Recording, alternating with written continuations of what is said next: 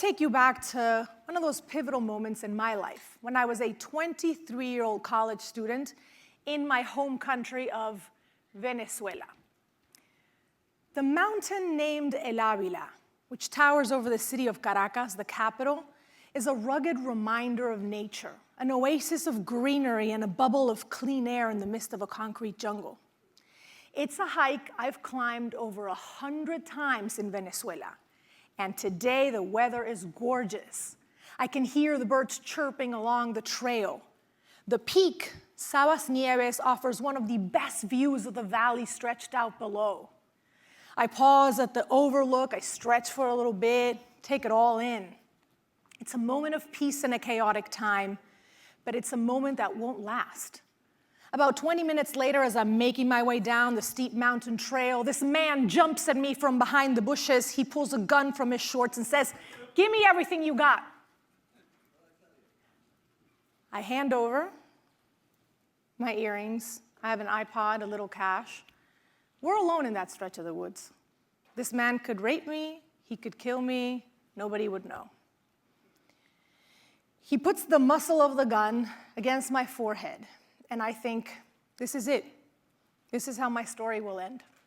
But I am not ready to die. "Count to 100, he commands. I start counting slowly. 1, 2, 3. When my counting reaches 50, I feel the gun, cold and heavy, sliding down my cheek, grazing my lips. My mouth is trembling so much, I don't even know if I'm voicing the numbers correctly. 51, 52. And then, do I hear his footsteps receding? I peer my eyes open slowly. He's gone. So I get up, I start running as fast as I can. I'm almost tripping over tree roots. I make it all the way down to the city, up to our apartment. And when my family sees me, they're like, "Mariana, are you okay? What happened?" I am shaking, and my knees are filled with dirt.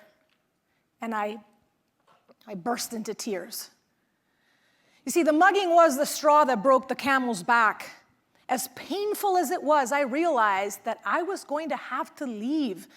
This country where I grew up in, it was disintegrating. This prosperous place was now filled with lawlessness and violence, with food shortages and crime spiking daily. President Chavez has been in power for 8 years and was changing the country beyond recognition. I also knew where I wanted to go. I set my sights on the United States, where I had visited as a child. The shining city on a hill, a magical place, America, which stood as a beacon of freedom and opportunity for so many who came before. And that was the beginning of a 15-year journey that brought me on this stage today. 15 years. Thank you so much. And you guys want to know what one of the most special moments of those 15 years has been? Valentine's Day. Valentine's Day 2020. Anybody want to guess what happened?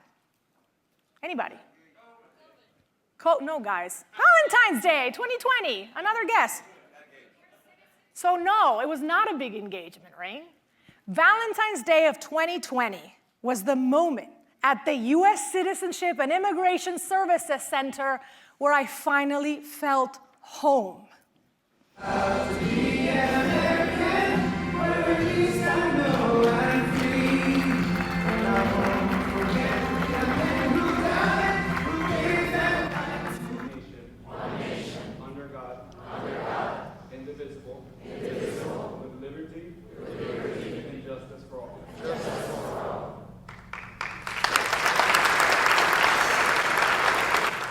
I still get goosebumps.